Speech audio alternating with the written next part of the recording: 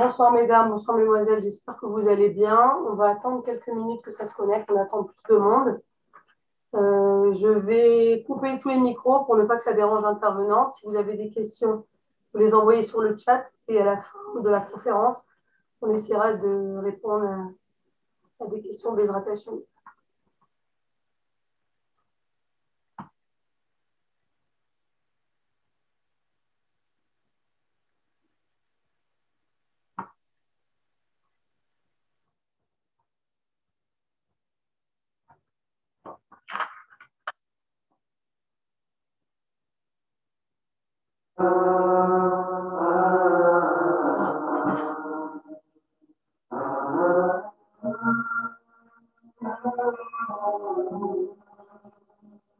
הובטח לנו שערי אהבה, ברך אותנו, תן קצת משלך. הובטח לנו שערי גאולה, דבר איתנו, תן לנו תקווה.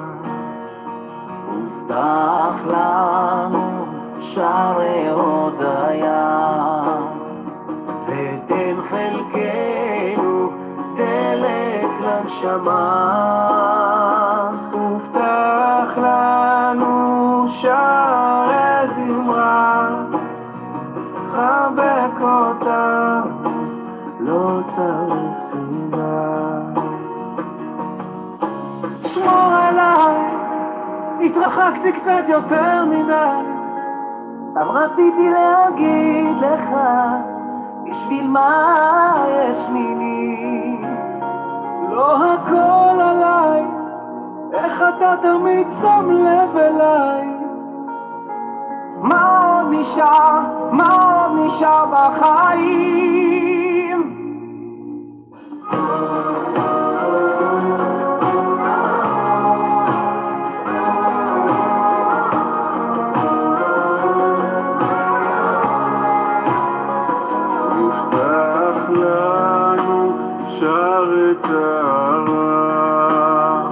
יושב שמיים אליך חזרה, הובטח לנו שערי כפרה, למד אותנו לבחור בין טוב לרע. הובטח לנו שערי מזל, נגן איתנו, הובטח לנו איכה. הובטח לנו שערי סליחה, עוד יום יבוא נשאיר כולם לך. שמור עליי, רחקתי קצת יותר מדי, סתם רציתי להגיד לך, בשביל מה יש מילים, לא הכל עליי, איך אתה תמיד שם לב אליי. מה עוד נשאר, מה עוד נשאר בחיים?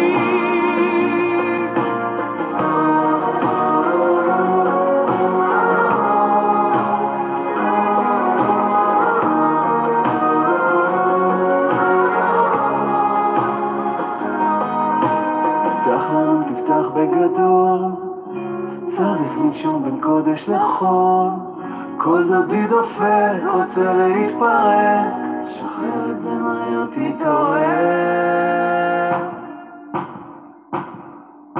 שמור עליי, התרחקתי קצת יותר מדי, סתם רציתי להגיד לך, בשביל מה יש לי,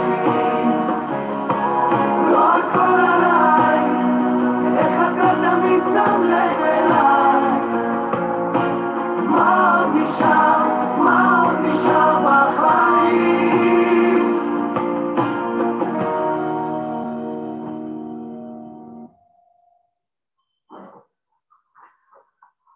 Donc, vous m'entendez bien?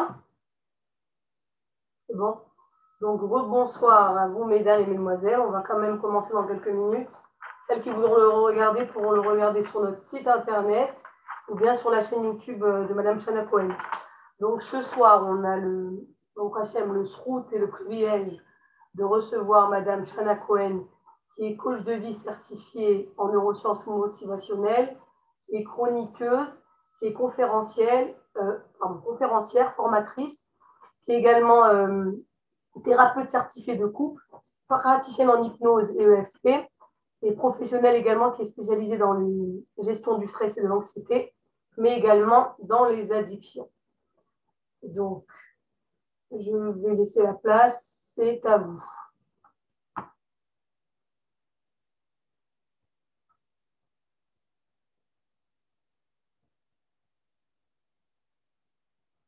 sais pas si on m'entend. Très bien. Ouais, on m'entend là? Très bien. Bien, alors bonsoir. C'est déjà très agréable de démarrer une soirée avec une si jolie musique. Je suis vraiment ravie d'être là. Je suis vraiment ravie d'ailleurs de retrouver certains petits noms que je connais. Je salue tous ceux que je connais. Mamechoutenet aussi, Gila, que j'ai pu apercevoir. Bonsoir Gila, bonsoir tout le monde. Alors, je suis ravie de passer cette soirée avec vous parce que je pense que réellement, la thématique qui est proposée ce soir, réveille et révèle ton potentiel, est réellement une thématique essentielle à chacun. Et j'ai envie de dire merci à Ohel Shmuel pour ses activités diverses parce que je le vois de plus en plus. Il y a énormément d'apports, de conférences qui sont proposées. Bravo à son équipe technique qui travaille d'arrache-pied. Hein, j'en ai la preuve. Bravo parce que ça permet d'apporter tant d'apports et bien à toutes ces femmes et vraiment c'est tout simplement exceptionnel. Alors pourquoi est-ce que c'est une thématique essentielle? Eh bien en vérité nous passons tous, hein, vous le vivez, même nous qui sommes en France, peut-être vous en Israël, eh bien une période très troublée et en même temps ça s'inscrit en fait dans une période où les choses auraient dû rentrer dans une certaine accalmie, puisque on a, Baruch Hashem, on revient, on essaye en tous les cas, pas complètement en France, de rentrer dans on va dire, eh bien, dans une vie quasi normale, dans une forme de statu quo, après un long moment d'arrêt sur image dû à la pandémie. Et je pense qu'aujourd'hui, il est vraiment important de se poser la question comment moi, aujourd'hui, qui a fonctionné au ralenti, je vais pouvoir redynamiser, remobiliser tous mes attributs, tout mon potentiel, parce qu'il faut quand même se le dire, mesdames, nous avons été au ralenti, nous avons vécu une période traumatique, hein, il faut dire le mot, c'est une période traumatique, et il est clair qu'aujourd'hui, il va falloir redynamiser cette énergie. Alors, d'une façon générale, même si vous me dites, non, écoute, Rana, tout va bien, en fait, au fond de chacun d'entre nous, on a tous et toutes la même volonté. Cette volonté, c'est quoi? C'est tout simplement d'exister. Et quand je prends le mot exister et que je le découpe et je reviens à son étymologie, ça me donne le mot extérieur, ister, être. En fait, exister, vivre, c'est être en mouvement à l'extérieur. C'est en fait déployer tout ce que l'on peut et vivre pleinement avec tous nos attributs. On va en parler de tout cela ce soir. En fait, l'idée, c'est que ça ne doit pas être la pandémie, ça ne doit pas être l'environnement, et ça, c'est très important ce que je vous dis ce soir, qui doit définir qui je dois être et qui je veux devenir. Ça ne doit pas être l'environnement ou les circonstances extérieures qui doivent définir qui, moi, j'ai envie d'être et qui j'ai envie de devenir. D'accord? Alors, ce soir, la thématique va apporter d'abord beaucoup d'espoir. C'est la première des choses parce que je pense que il y a un carburant qui est vraiment l'espoir. L'espoir, c'est quelque chose d'important, mais en même temps, va nous permettre, au travers de tous ces apports, c'est beaucoup d'apports en neurosciences, eh bien, de pouvoir retrouver cette vigueur intérieure, cette puissance intérieure qui habite chacun et chacune d'entre nous. C'est vivre un petit peu dans ce qu'on appelle de vivre dans sa vivance. Alors, je vais présenter la conférence pour que vous compreniez un petit peu comment elle va se passer. En fait, on va tourner cette conférence autour de 2 questions. La première, c'est pourquoi? Pourquoi est-ce qu'aujourd'hui, encore plus qu'hier, je dois mobiliser toute mon énergie? Pourquoi? On va expliquer un petit peu comment ça fonctionne dans ce temple majestueux qu'Akadosh Baruch Hu a créé. Et la deuxième étape, c'est celle du comment. Comment je vais pouvoir arriver à mobiliser mon énergie? Alors, ça serait un peu prétentieux que dans une conférence d'1 heure ou 1 heure et demie, on puisse développer tout le comment. Je n'ai pas cette prétention. Mais par contre, j'ai essayé de choisir 3 dimensions essentielles qui vont nous permettre justement de pouvoir développer ce comment. Alors, Bezrat Hashem, je pense que ça va être très bien une belle soirée en perspective. En fait, vous allez sortir avec 3 points. En fait, on appelle ça en coaching les 3 C. Alors, vous allez voir, je suis très déformée coaching parce que c'est mon métier. Et donc, il y a beaucoup de choses que vous allez… Mais en même temps, le coaching, c'est une démarche très pragmatique qui est très pratique. Donc, c'est quelque chose qui plaît beaucoup aux femmes. Alors, pourquoi les 3 C? C comme conscience, C comme choix, C comme confiance. Alors, on ne change pas quelque chose dont on n'a pas conscience. Donc, le fait de prendre conscience un petit peu de ce qui nous habite, de cette force intérieure, va me permettre justement de pouvoir le changer. On ne change pas quelque chose dont on ne connaît pas, qu'on n'a pas conscience. C'est comme choix. Je suis sûre qu'à l'issue de cette soirée qu'on va passer ensemble, vous allez faire peut-être des choix différents. C'est-à-dire que vous allez peut-être orienter votre vie, rien que déjà en réfléchissant différemment. Et vous savez, quand on choisit, l'engagement est beaucoup plus fort. Et choix comme confiance, je pense qu'on va tous sortir avec cette conviction que l'on porte en nous en réalité toutes les clés de la réalisation de soi, de ce que l'on peut devenir. Et quand on a confiance, justement, ça nous rend beaucoup plus responsables, beaucoup plus autonomes par rapport à la vie. Donc, on y va et on va essayer de développer ça. Alors, bien sûr qu'avant de commencer, je vais quand même passer par une phase intéressante. Je vais vous expliquer en qualité de quoi, même si Élodie l'a très bien fait, en qualité de quoi j'interviens ce soir. En fait, à la base, je suis comme vous, une femme, une épouse, une maman, une mamie, comme vous. Voilà, tout simplement, qui à un moment donné de sa vie s'est spécialisée et a passé un master en neurosciences, tout simplement. Parce qu'en vérité, j'ai la chance, Baruch Hashem, de conjuguer 2 grandes passions. La première, c'est que je suis enseignante depuis, on va dire, plus de 37 ans dans un grand lycée parisien et j'accompagne des élèves au travers de la pensée juive, on appelle ça la Hashkafa.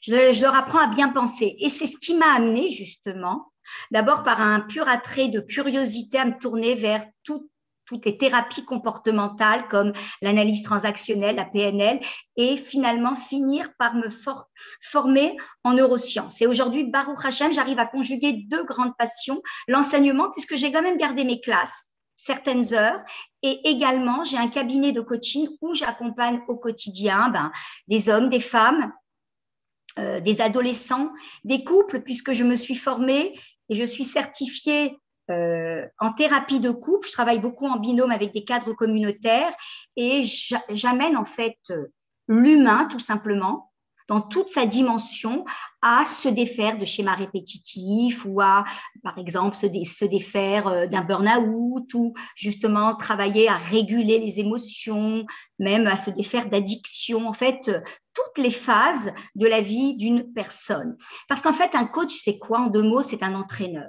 C'est quelqu'un qui part du principe qu'en réalité, tout est une question d'entraînement. Où je me suis entraînée à être heureux ou pas, tout simplement. Et pour pouvoir s'entraîner, il faut des outils. Alors, la bonne question, c'est se poser, est-ce que moi, si j'arrive ou moins bien dans ma vie, est-ce que j'ai les bons outils? Tout simplement. C'est qu'une question d'entraînement. Tout simplement. Alors, ce qui plaît beaucoup, comme je vous l'ai dit tout à l'heure, c'est que l'approche coaching, c'est une approche très, très pragmatique avec des outils très concrets. Ça veut dire que quand un coach, surtout en neurosciences, accompagne un coaché, il va le faire autour d'une validation d'objectifs. Ça veut dire qu'en fait, on va travailler autour d'un objectif et on va tisser en fait, eh bien, une toile d'araignée pour pouvoir arriver à développer ce pourquoi la personne est venue. Donc, c'est réellement pas venir et décider sur place. C'est très, très, très régencé. À la différence d'une psychothérapie classique qui est aussi très intéressante, mais qui en réalité est très basée sur le passé émotionnel. Le coaching, c'est plutôt une démarche on est axé sur le présent et on injecte dans l'avenir. Donc, c'est très pratico-pratique et je suis une femme qui aime tout ce qui est pratique. Alors, l'idée, c'est que on a tous des choses à abandonner. Personne ne peut dire sur cette terre que, eh bien, sa vie, ça a été un fleuve tranquille. Enfin, j'en ai pas encore rencontré, pourtant, j'accompagne beaucoup de monde. Mais en même temps, l'idée, c'est que on a, Baruch Hashem, dans ce corps majestueux, une boîte crânienne qui va me permettre justement de pouvoir créer au travers de processus de nouveaux sillons neuronaux. En fait, c'est en réalité créer une nouvelle route pour avoir de nouveaux comportements. C'est ça les neurosciences. Les neurosciences, c'est comprendre, tiens, comment marche cette boîte crânienne, comment est-ce qu'elle fonctionne de façon spécifique pour pouvoir tout simplement l'utiliser de façon optimale. En fait, c'est un pamplemousse qu'on a, hein. C'est très gélatineux et en réalité, on peut en faire ce qu'on veut à partir du moment, encore une fois, où je connais les règles et où je peux les utiliser. Alors, à part le fait que je sois coach, je suis également praticienne en hypnose, en EFT. Le EFT, en 2 mots, c'est une technique exceptionnelle. En fait, c'est une technique de liberté émotionnelle. On a tous des émotions qui sont bloquées quelque part, tout simplement qui nous empêchent d'avancer. Je donne également des formations tous les mois à peu près. Juste, comme je le dis comme ça, la prochaine formation, c'est sûr, eh bien, une formation sur le couple, une formation sur 4 modules qui est apprendre à bâtir son couple. Parce que même cela, c'est de l'apprentissage. Apprendre à bâtir son couple au travers de fondamentaux. J'aimerais juste, si vous me le permettez, avant de commencer à rentrer dans la thématique de ce soir, j'aimerais juste rajouter quelque chose qui me semble important, qui est important pour moi. C'est vrai que toutes ces thérapies comportementales ont beaucoup aidé aujourd'hui beaucoup de personnes. Il y a une chose à qui il faut rendre hommage, c'est qu'en réalité, tous ces grands du développement personnel, que ce soit Abraham Maslow, Eric Berne, ou alors, eh bien, Eric Berne, c'est le fondateur de l'analyse transactionnelle, ou alors tout simplement Richard Bandler, ils ont été extraordinaires, ok, mais ils n'ont absolument rien inventé sous le soleil.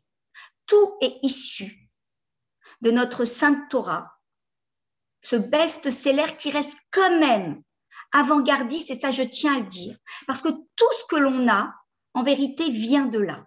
Ça a été modelé, remodelé d'une certaine façon, mais en vérité, c'est elle la source. Donc, j'ai envie de dire, avant de commencer, Ashrenu matov chelkenu umanaim goralenu. Et je peux vous dire que quand on est là-dedans et qu'on travaille avec tout cela, on le sent encore plus. Alors, on y go, si vous le voulez bien, et on va justement démarrer eh bien, sur cette thématique que j'aime beaucoup d'ailleurs, et je pense que vous allez aussi apprécier. Et pour cela, je vais vous inviter à revenir à la naissance de chacun d'entre nous. À la naissance, quand on est né, le ciel nous a remis à chacun ce qui s'appelle une mallette à outils. Oui, une mallette à outils avec des matériaux de base. Il ne nous a pas dit, tiens, toi, Hana, tu dois, eh bien, en 120 ans de vie, te développer, te bonifier. Je te remets une mallette à outils où, dedans, eh bien, va se trouver des matériaux comme tes émotions. Bon, maintenant, il faut savoir bien les utiliser, bien sûr. Tes ressources, tes capacités. En fait, tout un potentiel qui n'attend qu'une chose, qui n'attend qu'à grandir, qui va te permettre d'évoluer, toi, un petit bonhomme d'1,60 m, je ne suis pas très grande, et bien sur le chemin de la vie. D'accord? Donc, en fait, ce qu'on comprend là, par là, c'est que nous ne sommes pas des êtres finis, ça vous le savez, nous sommes à définir. Et plus que cela, tout est latent et tout est là, latent et attend. En fait, on part du principe qu'en chacune d'entre nous existe réellement une championne qui réellement n'attend qu'une chose, comme le dit le titre, c'est se réveiller, se révéler. Mais pour cela, il y a une condition, mesdames.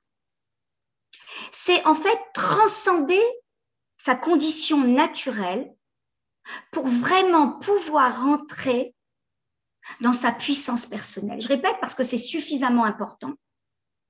C'est transcender sa condition naturelle pour vraiment rentrer dans ce qu'on appelle, eh bien, sa puissance intérieure. Ça veut dire qu'en 2 mots, ça veut dire ça.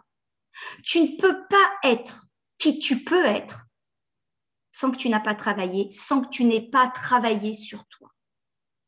Tu ne peux pas devenir qui tu peux devenir si tu n'as pas pris du temps pour travailler sur toi. C'est ce qu'on appelle en fait le développement personnel. Le développement personnel, c'est tout déplier en fait, tout ce qui a été enveloppé sur moi pour arriver finalement à ma puissance. Donc, tu peux apprendre tous les concepts, tu peux lire autant de livres que tu veux. Si tu n'as pas pris le temps de faire un travail intérieur sur ce moi profond, alors chacun l'appellera différemment, d'accord? Sur ce qui est à l'intérieur de moi, eh bien, finalement, ça restera toujours largement insuffisant. D'ailleurs, une fois, juste pour la petite anecdote, en formation, il y a une personne qui a demandé, mais tiens, comment est-ce qu'on devient un bon conférencier? Et la réponse a été très juste. La réponse a été la suivante, ne travaille pas ta conférence, travaille le conférencier. Reviens en fait à l'être. C'est ça qui est important, l'être. On part du principe, vous l'avez souvent entendu, qu'à l'intérieur de nous, il y a ce diamant qui est enveloppé de plusieurs papiers journaux. Imaginez-vous un beau diamant enroulé d'un papier journal. Mais à la base, qu'est-ce que c'est qu'un diamant? Un diamant, c'est du carbone, mesdames. Un diamant, c'est du charbon qui a vieilli, rien d'autre. Et toute sa valeur réside en fait dans son potentiel. C'est un vulgaire caillou à la base, le diamant. Toute sa valeur réside uniquement que par son potentiel, que par ce qu'il peut devenir. Ben vous voyez, c'est exactement pareil pour nous. Toute notre valeur, elle réside dans ce qu'on peut être, dans ce qu'on peut devenir. Et c'est cela qui fait que, eh bien, quelque part, je suis appelée, amenée par la vie à devoir me développer. Vous savez, qu'est-ce qui donne de cette valeur à ce diamant? Qu'est-ce qu'on utilise comme outil? C'est le laser. Qu'est-ce que c'est que le laser? Alors, j'ai pas fait d'études de bijouterie, mais en tous les cas, c'est un appareil très puissant qui peut envoyer de la lumière et développer les multifacettes de ce diamant. Ben, c'est exactement pareil. Idem pour nous. Ça veut dire qu'en fait, si tu ne travailles pas sur toi, si tu ne vas pas éclairer tes zones de lumière, j'ai envie de dire, et tes zones d'ombre, tes incapacités et même tes capacités, ben, tu vas laisser à l'intérieur de toi un trésor inexploité. Et toute ta vie, en fait, ben, tu vas vivre comme un peu un suiveur, comme quelqu'un qui avance comme ça. Mais plus que cela, et pourquoi c'est important de le savoir? Parce qu'en fait, comme l'appelle Guy Corneau dans son livre, eh bien, on a à l'intérieur de nous un élan créateur, une force créatrice. Et si cette force créatrice n'est pas reconnue, n'est pas validée, d'accord, eh bien, elle risque de se venger et altérer notre santé psychique et physique. Alors, je m'explique. Regardez. Prenez le mot Briout. Briout, c'est la santé. Quel est le shoresh, quelle est la racine de ce mot? C'est bara. Bara, c'est tout ce qui est création. Si moi, je ne prends pas soin de ce pouvoir, de cette force vive qui est à l'intérieur de moi, qu'est-ce qui va se passer? Je vais altérer ma santé physique et ma santé psychique, en fait. Je vais en vérité toucher mon énergie vitale. Vous savez, Carl Jung disait toujours une belle phrase qui est intéressante. Si toi, tu n'entres pas à l'intérieur, tu iras toujours en manque vers l'extérieur. Donc, l'important, c'est de rentrer à l'intérieur et de se poser des questions comme celles que je vais vous poser là. Tiens, est-ce que réellement, j'actualise, je mobilise mon potentiel au quotidien? Est-ce que Je suis dans une énergie créatrice où je construis. Dans quelle énergie, tiens, je passe la plupart de mes journées? Dans une haute énergie ou dans une basse énergie? Quel est le langage, par exemple, que j'utilise quand, dans la manière dont je me perçois, la manière dont je veux devenir?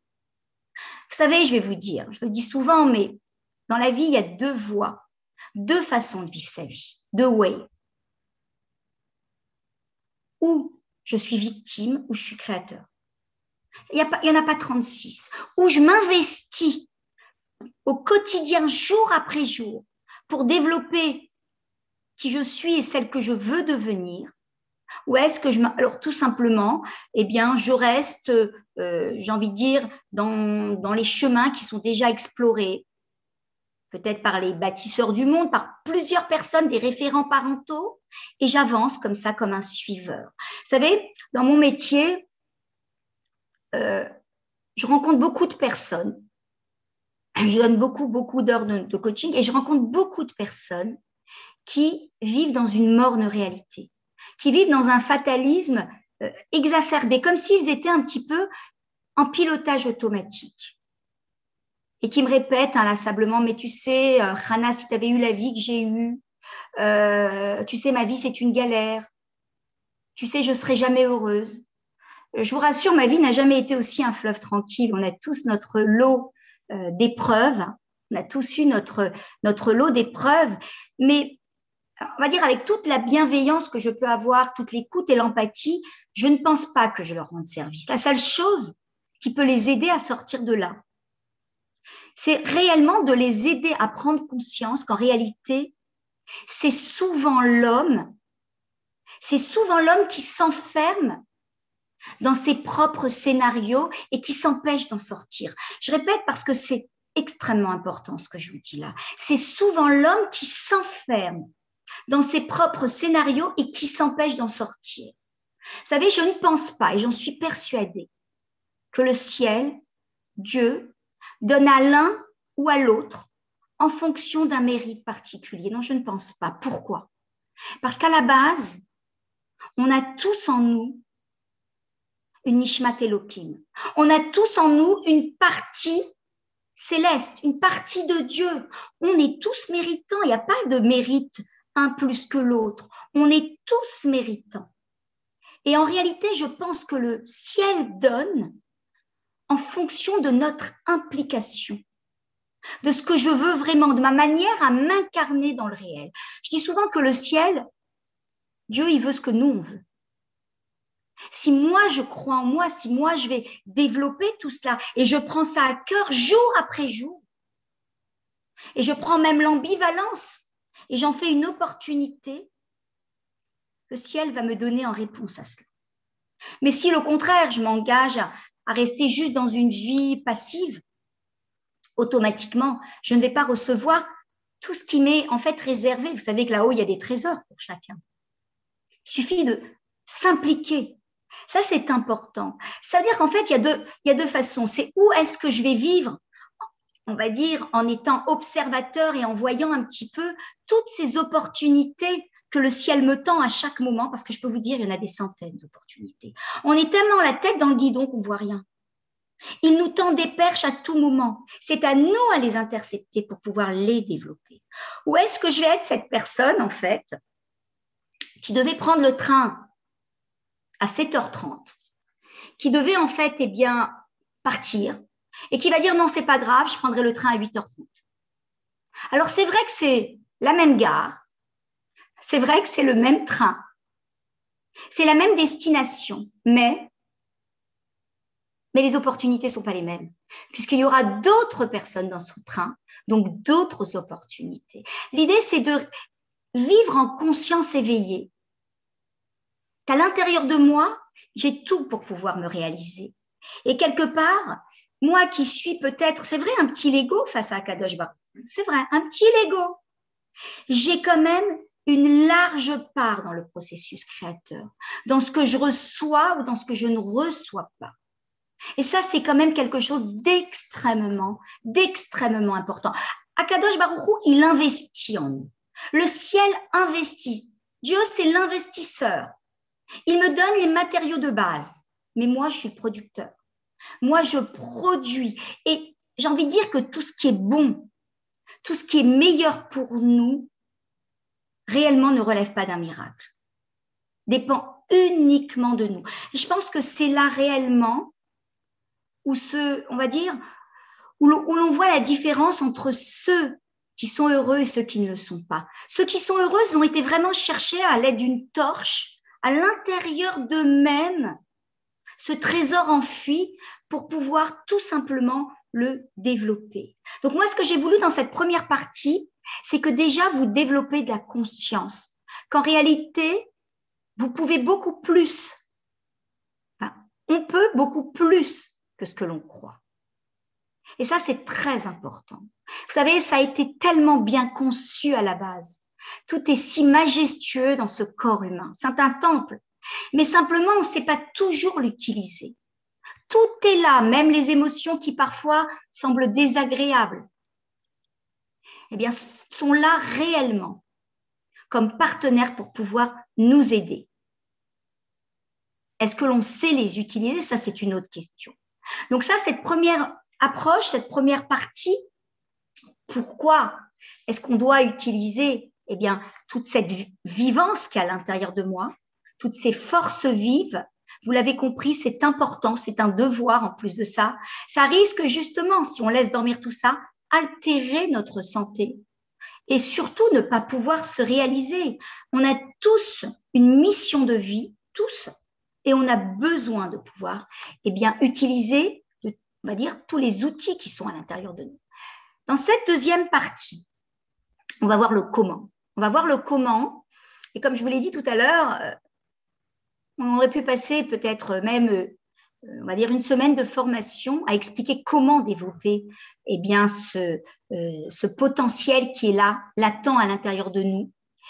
L'idée, c'est que je vais juste m'arrêter sur 3 dimensions qui me semblent essentielles, qui ont l'air simples, mais qui ont un gros impact.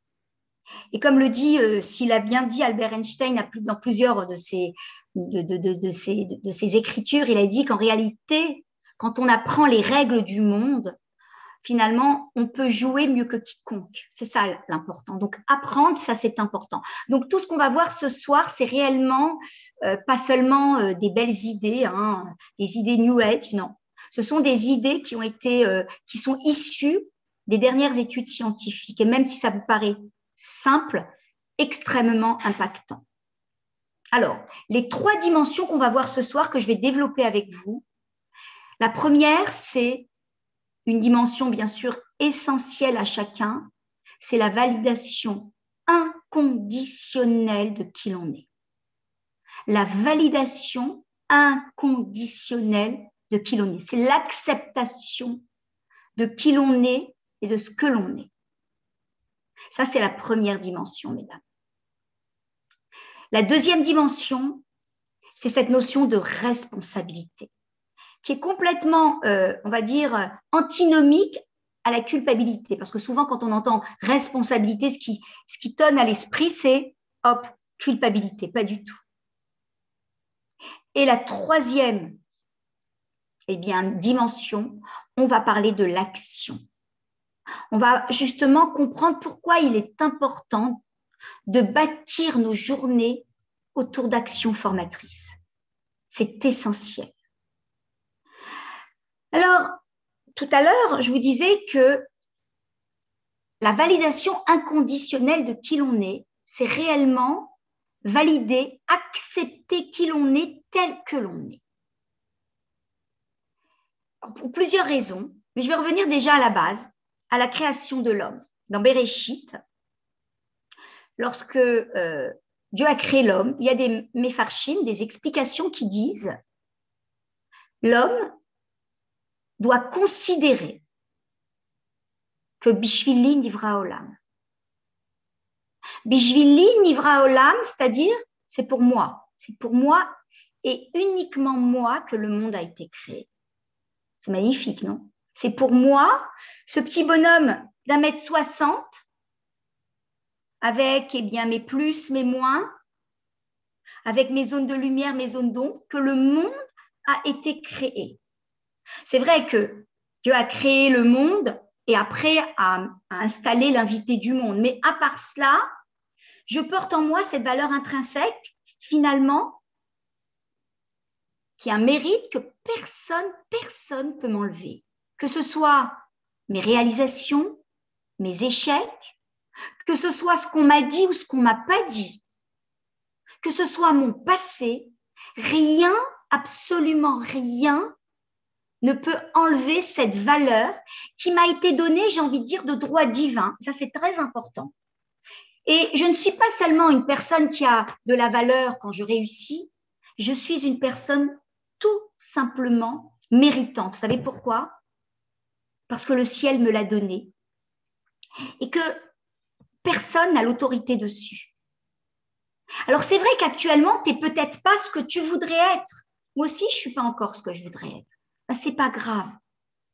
L'important, c'est qu'on peut le devenir et qu'on va le devenir. Et ça, c'est bon. On n'est pas encore parfaite, on le sera jamais, clairement. La perfection, c'est pour lui. Nous, on est perfectible, on se rapproche jour après jour. Mais tu peux le devenir. Et ça, c'est très bon. Vous savez, regardez, comment est-ce qu'on est appelé? On est appelé des êtres humains. Pourquoi est-ce qu'on n'est pas appelé des fers humains? Pourtant, on a souvent tendance, je ne sais pas si vous y pensez, à pouvoir se juger au travers de ce que l'on fait, de ce que l'on ne fait pas. Quand je fais une belle table de Shabbat, alors je me sens bien. Quand, eh bien, je n'ai pas fait ce que j'ai à faire, alors je me sens très mal. Et au contraire, eh bien, je pense ne pas avoir de mérite. On est souvent là à se juger au travers de nos actions. Et on laisse cette dimension identitaire, ce qui je suis, complètement de côté. Vous voyez? Alors qu'en réalité, comment est-ce qu'on est appelé? On est appelé des êtres humains. Toute notre valeur, mesdames, réside dans l'être, dans ce que je suis et pas dans ce que je fais. Et ça, c'est quand même quelque chose d'important. Méditez dessus parce que ça, c'est quand même quelque chose d'important.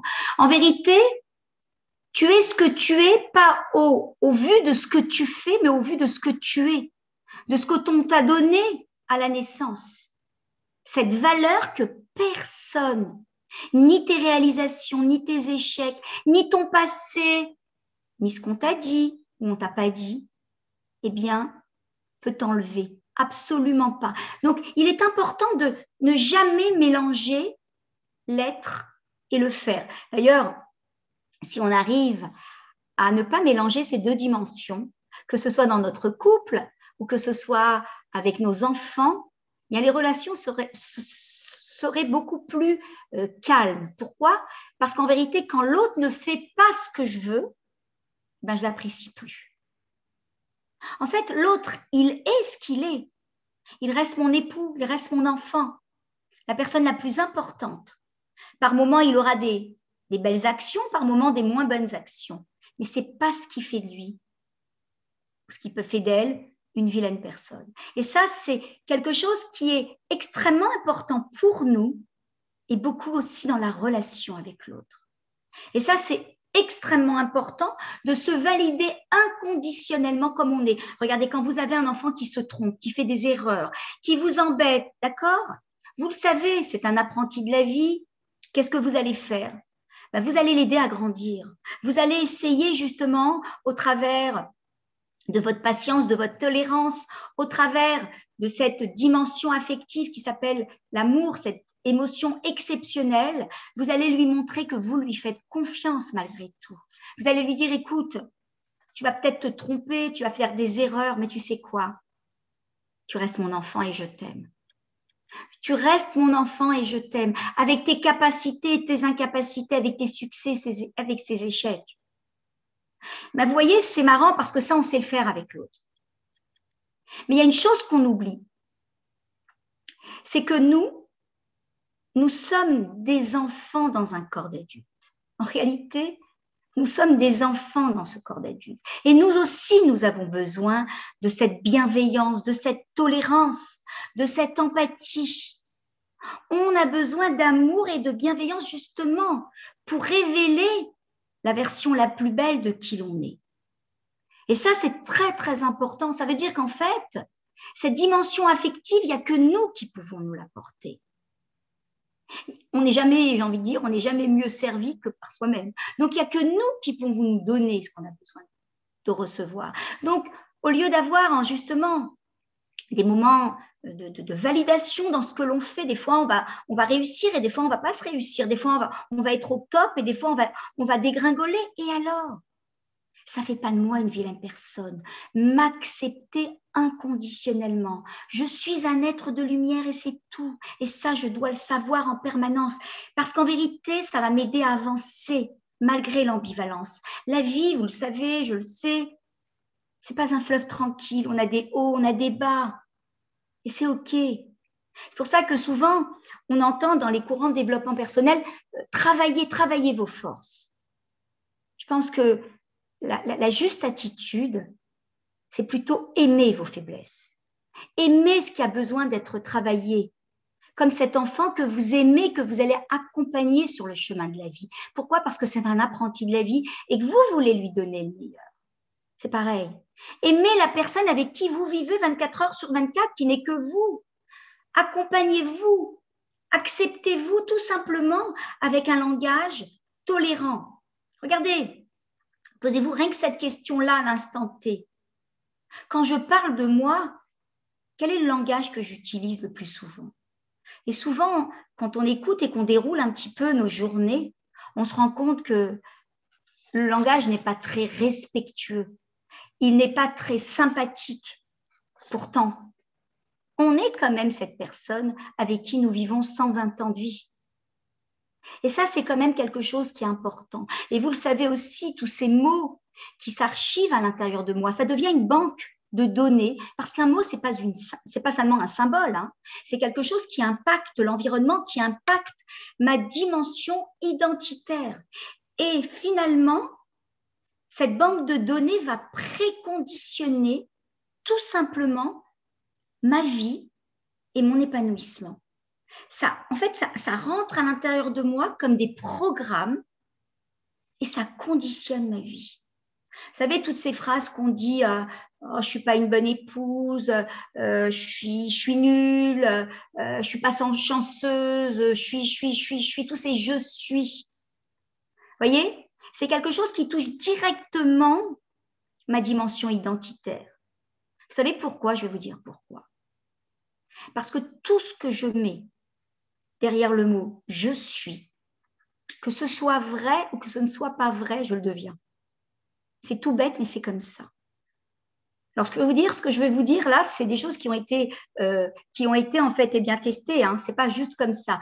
Tout ce que je mets derrière le mot « je suis », je le deviens. Ça touche ma dimension identitaire. C'est pas ma sphère comportementale, mesdames, qui est touchée. C'est ma dimension identitaire. Et c'est pour ça que, avec les jeunes générations qui sont en perte de vitesse, nos enfants, on doit faire très, très attention à tous ces « je suis ». Je suis nulle, je suis pas matheux, je suis pas un bon copain, je suis pas aimée. Tout ça, il faut vraiment apprendre à l'enfant à s'auto-corriger et l'aider justement à reformuler ces phrases. En le faisant nous-mêmes, on aura beaucoup plus de facilité à le faire avec lui. Et même si c'est pas vrai, ce sont des étiquettes finalement qu'on colle sur notre front, que cet enfant colle sur son front et finalement, avec le temps, eh bien, on va le devenir. Donc, faites attention à tous ces « je suis » qui sont vraiment, vraiment, vraiment des façonneurs de pensée. Faites attention à tout ce, j'ai envie de dire, tout ce langage, ce langage dichotomique, ce langage extrême. Hein, le langage dichotomique, c'est tout ce langage qui on va dire, qui surenchère un petit peu. C'est cette volonté de s'arrêter uniquement sur les aspects négatifs de la situation. Ce langage extrême, c'est tu seras jamais comme je l'entends. C'est jamais comme ça. C'est toujours comme ça. En fait, en vérité, c'est des chapes de plomb, tout cela. Et ça nous empêche de pouvoir réellement, eh bien, avoir un langage beaucoup plus alternatif, beaucoup plus ouvert. qui ouvre les choses, qui ouvre à des possibilités. Hein. Vous savez, entre le noir et le blanc, il existe le gris, et le gris, c'est joli. C'est une jolie couleur. Donc, il faut toujours essayer justement de sortir de cette distorsion. Cette distorsion, c'est une manière inappropriée de pouvoir penser qui aggrave les situations. Je veux dire, en vérité, déjà, la vie, encore une fois, est chargée par elle-même. On n'a pas besoin. Amenons de la légèreté. Cette légèreté, il n'y a que nous qui pouvons le faire.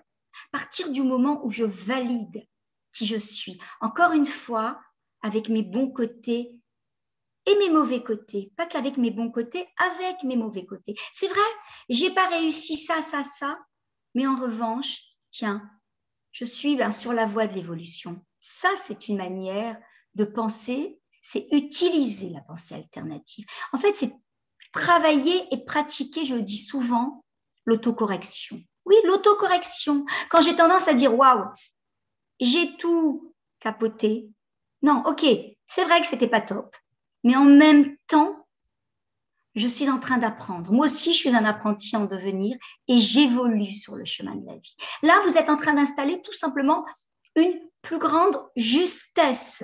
D'accord? Vous êtes en train de vous passer des messages en vérité qui sont plus justes. C'est vraiment, en vérité, être son propre partenaire, son propre coach, tout simplement. Se donner, ce qui est juste de se donner. Et en même temps, vous allez alimenter une dimension essentielle qui est autant importante que l'air que vous respirez, mesdames, c'est la dimension d'estime de soi. On ne peut pas vivre sans estime de soi. Vous savez que l'estime de soi, juste entre parenthèses, c'est un cocktail de 3 triptyques.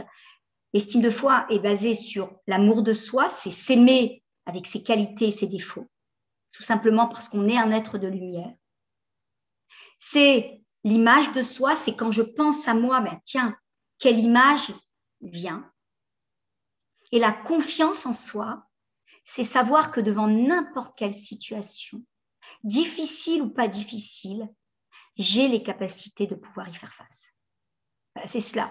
Donc, réellement, c'est juste développer ça qui est, on va dire, extrêmement important, encore une fois, pour une vie pleine de sens, une vie qui, en vérité, qui a envie d'être vécue pleinement.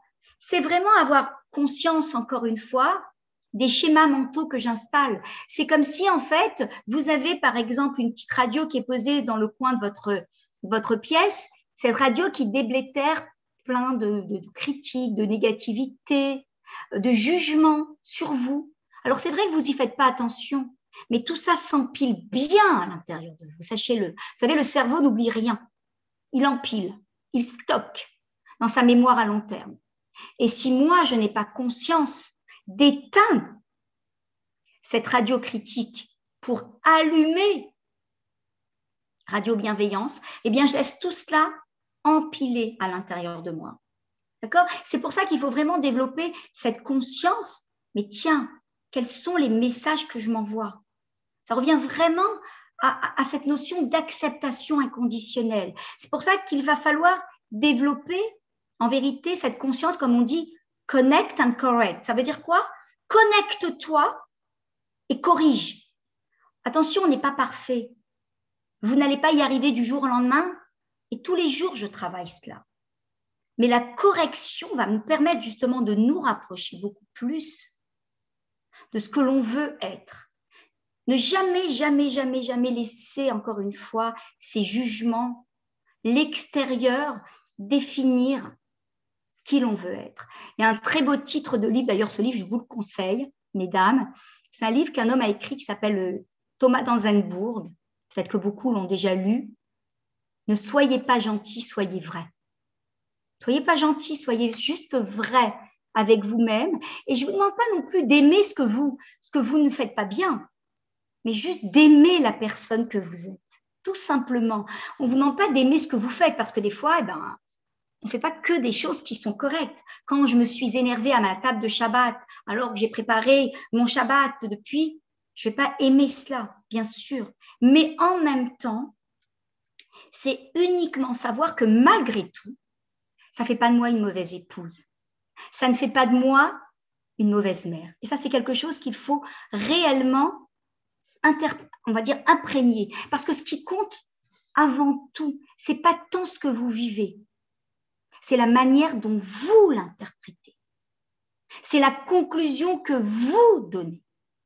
Je pense que c'est là où tout se passe. C'est pas ce que vous vivez. Vous vivez des choses sympas, moins sympas. OK. C'est la manière dont vous l'interprétez. Et pour cela, pour justement arriver à se valider, il y a une vitamine exceptionnelle que vous connaissez sûrement. C'est la gratitude. C'est en fait dire un grand oui à qui je suis. C'est en réalité s'habituer, parce que c'est un exercice. On a plutôt tendance à être attiré vers le côté sombre de qui l'on est.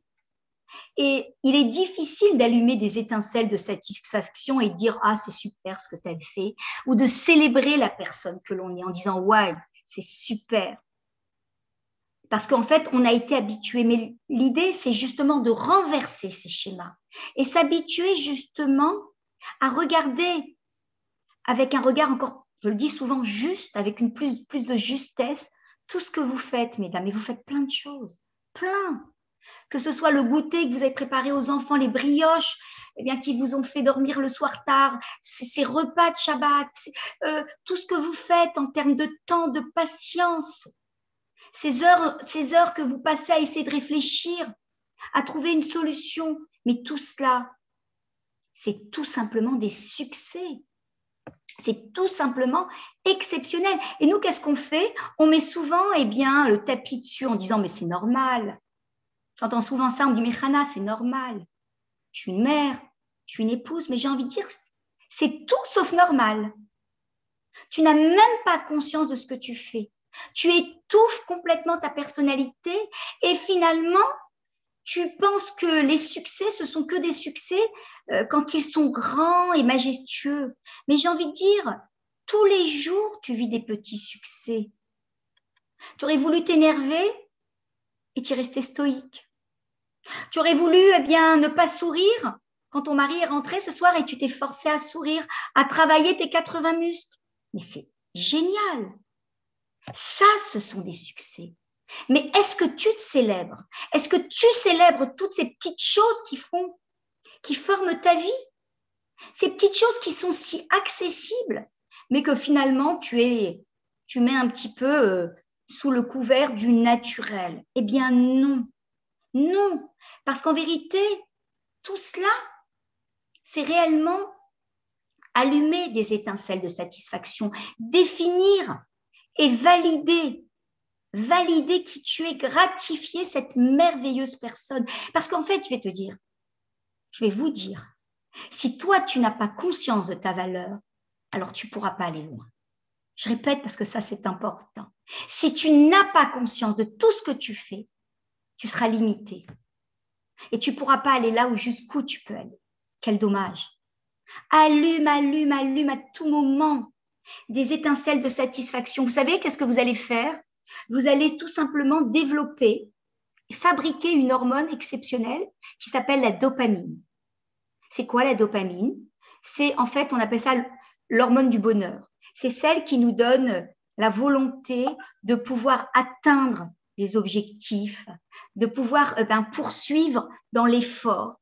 Et vous savez, je vais vous dire, ce qui est intéressant, mesdames, c'est que le cerveau donne autant de dopamine, ne fait pas la différence entre un petit succès et un grand succès.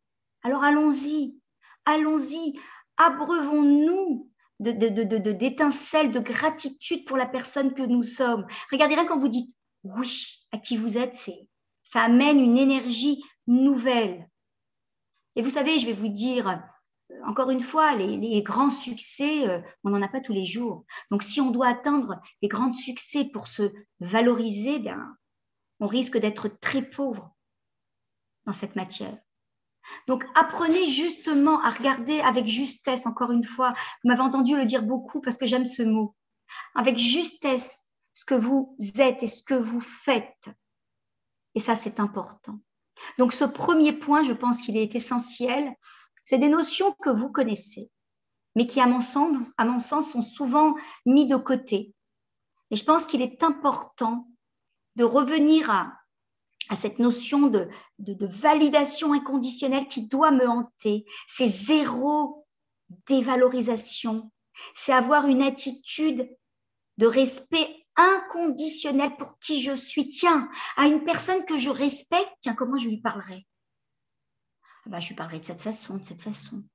Est-ce que je me parle comme cela? C'est cela la vraie question à se poser. Et en plus de ça, on ne peut pas aimer quelqu'un qu'on ne respecte pas. On ne peut pas aider quelqu'un qu'on n'aime pas. Vous avez envie de vous aider? J'ai envie de m'aider. Donc, je suis obligée de passer par cette validation. Et savoir que je ne suis pas parfaite, et je vous rassure, on ne le sera jamais. La perfection, ça n'appartient qu'au ciel. Je me rapproche jour après jour. Je me bonifie comme du bon vin jour après jour. Mais je ne serai jamais parfaite. Donc, si j'attends d'être parfaite pour pouvoir m'aimer, ce jour, il risque de jamais arriver. Donc ça, c'était la première dimension qui me semblait essentielle. Je voudrais parler maintenant d'une deuxième dimension que je vous ai nommée tout à l'heure, qui est la responsabilisation. Se responsabiliser.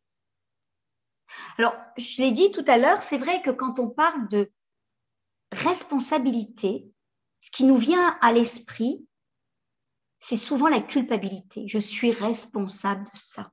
C'est à cause de moi qu'il s'est passé cela. Et en réalité, la responsabilité est tout autre. La responsabilité donne toute l'autonomie à l'homme. Vous savez ce que c'est que responsabilité? Quand on revient, j'aime bien revenir à l'étymologie des mots, parce que dans l'étymologie des mots, on a tout, on va dire, tout le plein sens de ce mot. La responsabilité, ça vient du mot réponse. C'est donner une réponse à ce que je vis. C'est donner une réponse en vérité à qui je suis. C'est donner tout simplement une réponse à ce que à qui j'ai envie de devenir. Quand je place cette notion de responsabilité au cœur de ma vie, automatiquement, je sors de ce statut de victime, cette victime qui est toujours baladée par des forces extérieures, par des forces toxiques et finalement qui ne peut jamais se réaliser pleinement. Par contre, et c'est là où ça devient intéressant, quand je me donne la permission tout simplement et que je me responsabilise, je me donne la possibilité d'agir, je me donne la possibilité d'explorer, je me donne aussi la possibilité tout simplement d'exploiter ce merveilleux cadeau que le ciel nous a remis. Vous voyez, regardez, rien que je vais vous poser cette question, vous allez voir que rien que se poser une question en termes de responsabilité, ça ouvre des portes. Regardez, quand vous vous retrouvez devant une situation, mesdames, et que vous vous posez la question, ne serait-ce, tiens, si face à cette situation, moi, j'étais la première responsable de ma vie, qu'est-ce que je ferais? Si j'étais la première responsable de ma vie, mais qu'est-ce que je ferais? Qu'est-ce que je ferais, par exemple, tiens, pour tirer mon couple vers le haut? Alors, vous allez me dire, oui, mais je ne suis pas seule, un couple, c'est à deux, c'est vrai. Mais en même temps, si j'attends que l'autre bouge, les choses vont mettre un certain temps. Tandis que si moi, justement, je me mets en mouvement, il risque d'avoir des fréquences extérieures qui va créer un mouvement, qui va faire que même l'autre va se mettre dans ce mouvement. L'idée, c'est se poser la question, tiens, moi, par rapport à ce que je vis, tiens, dans ma relation avec mon enfant, qui est compliquée actuellement, à combien je me sens responsable? Encore une fois, ce n'est pas coupable. À combien, en fait, je me sens responsable? Ça veut tout simplement dire, tiens, j'ai des clés. J'ai des clés et ces clés, je vais pouvoir ouvrir des portes. Je vais pouvoir ouvrir le champ du possible. C'est complètement différent que de se dire, ah là, je suis devant un statu quo, c'est terminé. C'est réellement renverser cette pyramide. On ne va pas s'arrêter dessus parce que je ne vais pas la développer maintenant, ce n'est pas la thématique. La pyramide des exigences et des moyens. C'est mettre les moyens en bas, les exigences en haut, mesdames. C'est réellement cela. Et là, rien que dans cela, déjà, vous êtes dans l'évolution, vous avancez. Rien que de se poser ces questions. Vous savez, je m'amuse souvent, c'est pas un amusement, quand je reçois des couples en thérapie. Je pose souvent cette question qui déconcerte les couples et qui crée déjà quelque chose qui est de l'ordre d'une puissance. Quand je leur pose la question, tiens, toi, si tu étais responsable là de la situation de ton couple, qu'est-ce que tu ferais pour passer au niveau supérieur? Et toi, si toi, tu te sentais responsable de cette situation, qu'est-ce que tu ferais? Et là, une situation qui était un peu fermée, on voit émerger des solutions comme ça, qui sortent je ne sais pas d'où, qui créent en vérité une ouverture, une forme de puissance qui s'ouvre et qui permet tout simplement d'arriver à des solutions. D'accord? Là, on est beaucoup plus centré solution finalement que centré problème. Et je vous assure que ça, quand on se responsabilise, ça crée vraiment une satisfaction exceptionnelle. D'accord? Qu'on le veuille ou pas, et même si c'est difficile à entendre, je veux que vous l'entendiez à nouveau, nous sommes les premiers responsables, tout simplement, de la manière dont nous utilisons notre vie. La manière dont nous utilisons ce que Dieu nous donne, la manière dont nous utilisons notre passé. Oui, mon passé, peut devenir pour moi une charge que je vais transporter, qui va alourdir mon présent. Il y a des gens qui colorent leur présent à la couleur du passé. Ils vivent dans le passé. Je peux, alors que le passé, il est vraiment dépassé, ou alors, je peux réellement choisir de laisser le passé au passé et m'activer dans ce présent. Ça, c'est mon choix.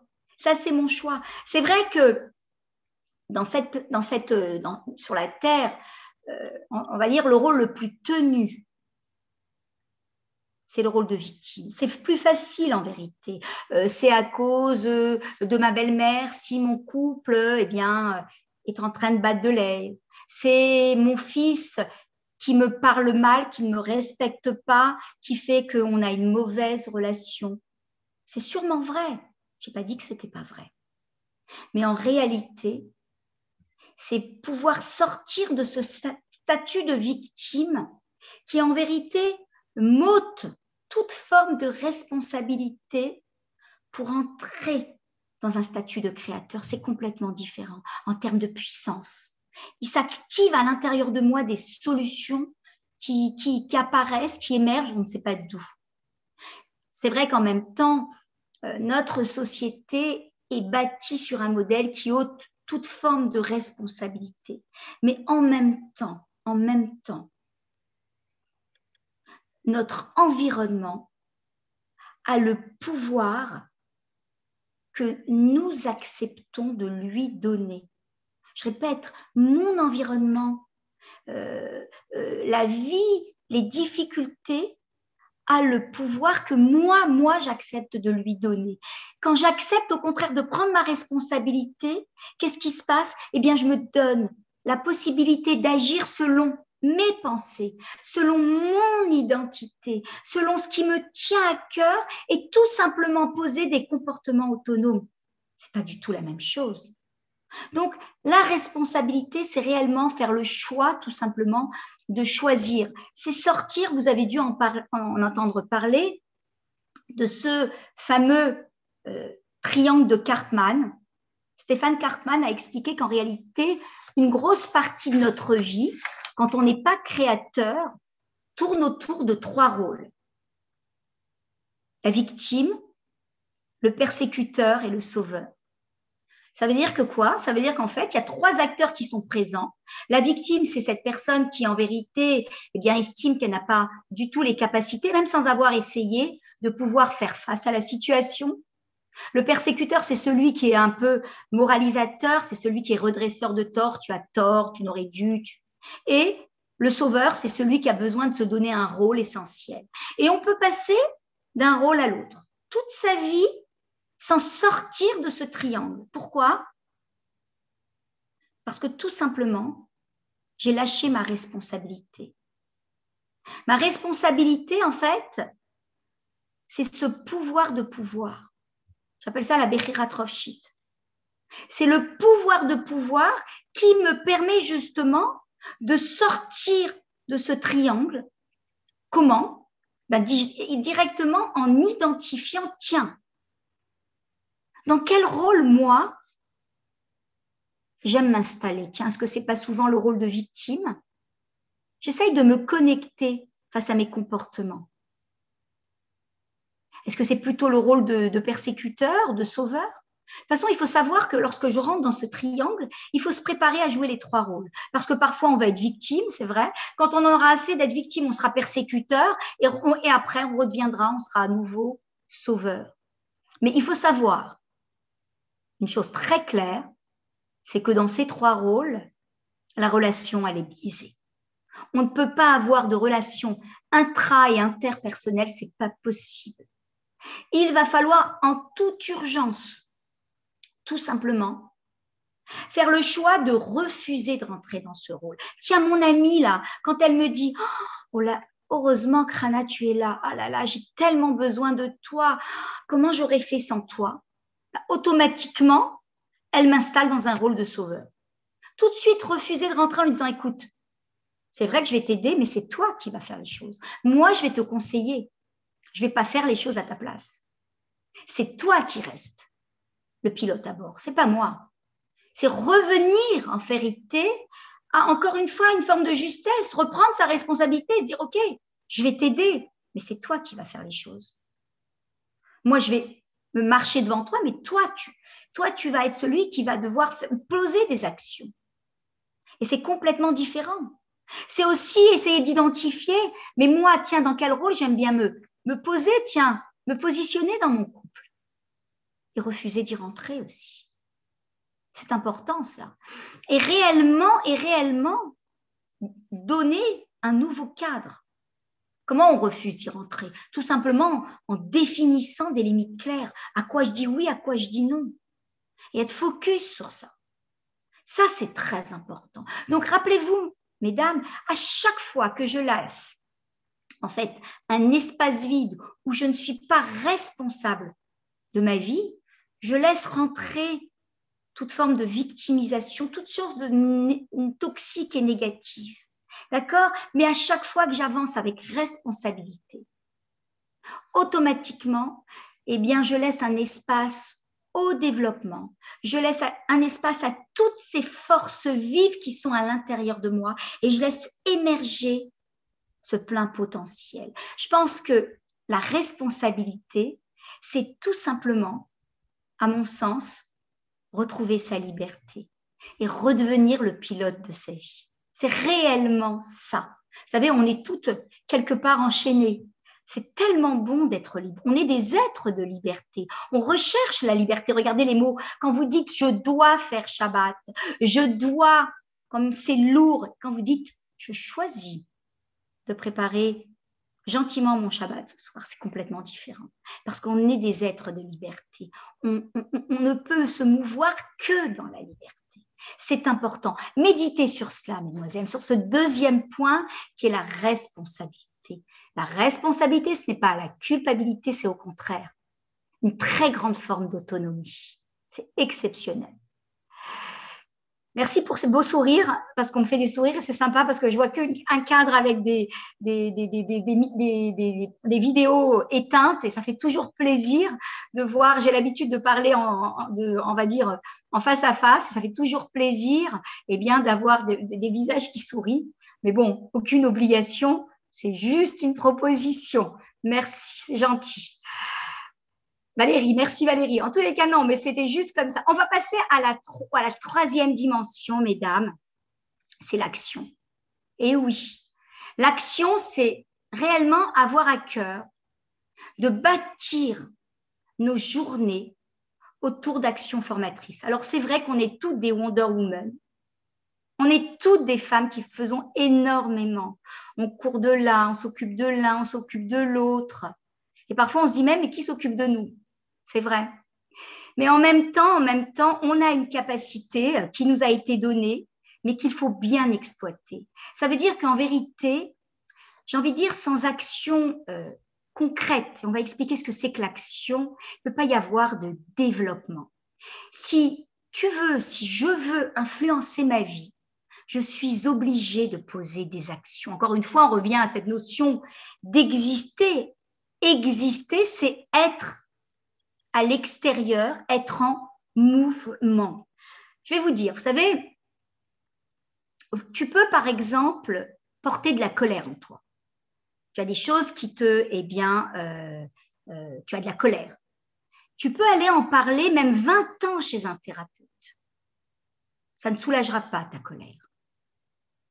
Ce qui va t'aider, ce que tu vas faire, si tu vas faire quelque chose d'intéressant, enfin intéressant, c'est un petit peu narquois, tu vas développer une pensée intellectuelle encore plus élevée sur la colère. Tu vas en parler. Donc, au lieu de te lamenter, j'ai envie de dire, construis un sillon neuronal. Construis, en fait, fais que cette colère devient pour toi un tremplin, mais là au service de ton renouvellement. Ça, c'est mieux. En parler, c'est bien. Se transformer, c'est beaucoup mieux. Et c'est réellement cela. Parce qu'en vérité, si tu fais la même chose, tu obtiendras toujours les mêmes résultats. Ce qu'on veut, nous, c'est avancer, c'est évoluer. Et donc, pour cela, il va falloir utiliser, encore une fois, tout ce qui m'est tendu et poser des actions nouvelles. Vous savez, nous sommes des êtres de mouvement. Regardez à l'intérieur de nous, nous sommes composés de 70% d'eau. Une eau qui ne bouge pas, c'est une eau qui t'arrive, qui n'est pas bonne. Regardez, si vous avez, je ne sais pas, 45 ans, moi j'ai plus que ça, mais si vous avez 45 ans, eh bien, au niveau neuronal, excusez-moi, oui, au niveau neuronal, vous vous êtes déjà, en fait, eh bien, refait 3 fois, parce que tous les 15 ans, on recrée, eh bien, on se refait, on se renouvelle au niveau neuronal. On perd des neurones et on en recrée. Et juste pour vous dire que on pense souvent le contraire, mais les neurones qui ont été créés à l'âge adulte, bien plus de façon avancée, sont beaucoup plus habiles. Parce que souvent on dit oui, j'ai plus les neurones pour pouvoir apprendre. C'est pas vrai. On s'est rendu compte au travers d'études aujourd'hui que les neurones qui ont été créés quand on est beaucoup plus âgé, sont beaucoup plus habiles. Ce que je veux vous dire par là, c'est qu'en fait, eh bien, tout bouge à l'intérieur de nous. On a été un embryon, un bébé, un enfant, un adulte, aujourd'hui une femme, une maman, une grand-mère, je ne sais pas. Donc, tout bouge. Et réellement, c'est comme ça que l'on peut s'incarner dans le réel. C'est l'action. C'est l'action, mais la volonté de chacun, ce n'est pas de passer et de monter l'Himalaya. Ce n'est pas de se repeindre en rose. Non, pas du tout. C'est utiliser ce qu'on appelle la philosophie des petits pas. C'est quoi la philosophie des petits pas? C'est la méthode Kaizen. Les 5 P en fait, on appelle ça les 5 P. Le plus petit pas pertinent possible qui me rapproche de mon objectif. Parce qu'en fait, tout ce qui ne me rapproche pas de ce que je veux atteindre, de ma mission de vie, m'en éloigne. Rappelez-vous de ça. Tout ce qui ne me rapproche pas m'en éloigne. C'est pour ça que le matin après Modéani, la première petite phrase magique qu'il faut se dire, qui va favoriser l'action, qui ne cherche pas la perfection, c'est quelle est la plus petite action inspirante et imparfaite que je vais poser pour me rapprocher de mon objectif. Je le redis parce que c'est important. C'est une phrase magique parce qu'en fait, automatiquement, elle me remet tout simplement à devenir, encore une fois, actrice. Actrice, ça vient du mot action. Quelle est la plus petite action inspirante et imparfaite que je vais poser aujourd'hui qui va me rapprocher de mon objectif? Vous voyez, on ne cherche pas la perfection inspirante et imparfaite. D'accord? Ce qu'on veut, justement, c'est juste développer la philosophie de l'amélioration. Vous savez ce qui va se passer quand vous êtes dans ce mental? eh bien, vous allez faire tomber la peur, vous allez enlever les doutes et vous allez développer davantage de confiance en vous. C'est pour ça que bâtissez vos journées autour d'actions, avancez, avancez, même si vous ne savez pas ce que vous avez devant. Ça n'a pas d'importance. L'important, c'est d'agir, agir massivement. Et souvent, on me dit, mais tu sais, je ne sais pas si je fais bien, comment. J'ai envie de dire, le comment ne t'appartient pas. Le comment, il appartient au processus créateur, mesdames. T'occupe pas du comment. Vous savez, Nike, j'aime beaucoup cette pub, l'a bien spécifié. Just do it. Juste agis. Agis, t'occupe pas du moment. Ne t'occupe pas, en fait, du comment. Juste essaye de poser des actions répétées, parce qu'on sait que des actions répétées, justement, vont surmultiplier toutes ces connexions neuronales. Et juste entre parenthèses, et ça aussi, c'est très neurosciences, pour poser et développer une nouvelle attitude, il faut 45 jours de toutes petites actions répétées. Rappelez-vous, on ne cherche pas à monter l'Himalaya. On cherche juste à poser des toutes petites actions qui vont créer cette route neuronale à l'intérieur du cerveau et abandonner les anciennes habitudes. Vous voyez, par exemple, vous êtes quelqu'un de stressé et vous êtes très stressé, la montre était quelque chose de très important. Ou encore mieux, vous êtes très méticuleuse à la maison et vous sentez que ça commence à devenir lourd. Eh bien, c'est choisir de laisser sciemment un endroit, un petit carré. Je ne vous demande pas de laisser votre maison désordonnée. Non, ce n'est pas ce que je veux vous dire. Mais pour pouvoir lâcher cette habitude, cette attitude qui gangrène votre vie, c'est justement pendant 45 jours d'avoir une attitude régulière qui va permettre justement de pouvoir surmultiplier les connexions neuronales. Vous savez, je vais vous dire, l'allié du cerveau, c'est la curiosité. Amusez-vous, j'ai envie de dire oui, amusez-vous à développer ce 10% de nouveauté dans vos 5 domaines de vie. Amusez-vous à poser des actions nouvelles.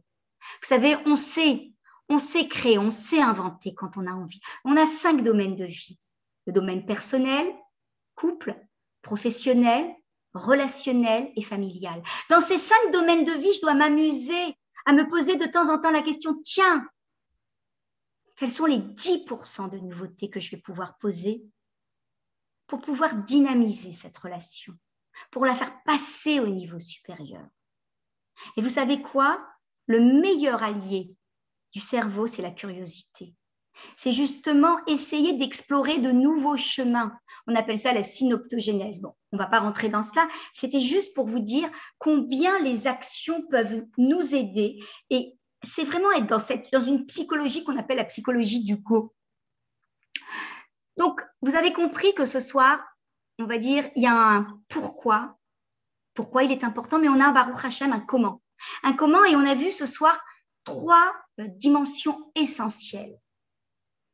Je souhaite en tous les cas, et j'espère qu'en tous les cas, vous avez pu, au travers de ce qui a été déroulé, au travers de cette matière, conscientiser et intégrer l'idée, pour moi c'est cela l'idée, que le bonheur, l'épanouissement, la réalisation de soi, c'est pas quelque chose qui est là-bas, qui est loin de moi, qu'il faut que j'aille chercher. Non, pas du tout. C'est quelque chose qui est là, à l'intérieur de moi, qui est là, qui est latent, qui attend simplement d'être révélé et réveillé. C'est comme, vous savez, comme André Mauroy, dans son livre, explique qu'en réalité, le bonheur, on le cherche comme une paire de lunettes. Je parle bien en connaissance de cause, mais les lunettes, je les cherche tout le temps. Et des fois, elles sont sur mon nez, je les cherche aussi. Des fois, on cherche le bonheur ailleurs alors qu'il est là, à côté de nous.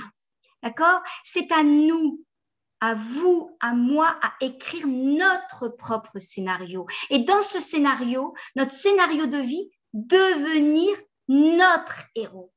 Et oui, devenir notre héros. Comme le dit dans son magnifique livre Elisheva Lelouch, qui est dealer de bonheur, elle dit « Je vous souhaite de découvrir et de rencontrer ce héros, cette puissance intérieure, de le faire vivre à l'intérieur de nous. Parce qu'on a à l'intérieur de nous un vrai champion en puissance pour pouvoir, Bezrat Hashem, créer une vie lumineuse et encore bien meilleure que ce qu'elle est.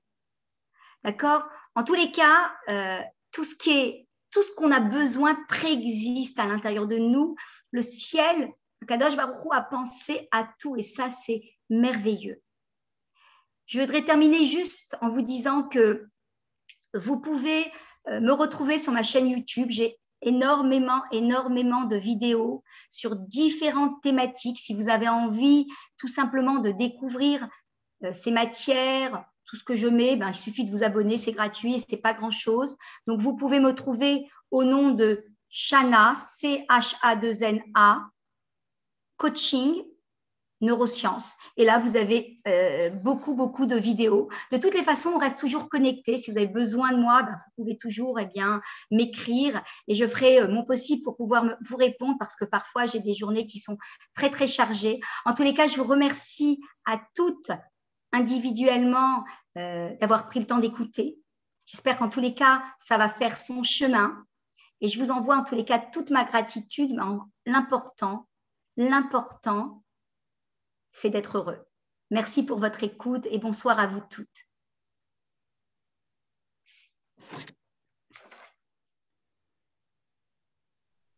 Merci beaucoup pour cette conférence. On a une question. Vous m'entendez? Oui, très bien. Allez-y, Elodie. Oui. Comment construire avec la colère? Ça a l'air a priori d'être... Comment construire avec la colère? Alors oui, c'est une bonne question. C'est une très bonne question. En même temps, c'est vrai que c'est toute une thématique. C'est en fait, comprendre la fonction de ses émotions. Il est clair que, encore une fois, je pense que dans ce corps majestueux, Dieu n'a pas mis quelque chose comme la colère, comme la tristesse, comme la peur, pour pouvoir abîmer qui l'on est. Elle a sa fonction. Toute l'idée, c'est que tu as le droit d'être en colère, mais tu n'as pas le droit d'y rester. La colère, elle a un message à t'apporter.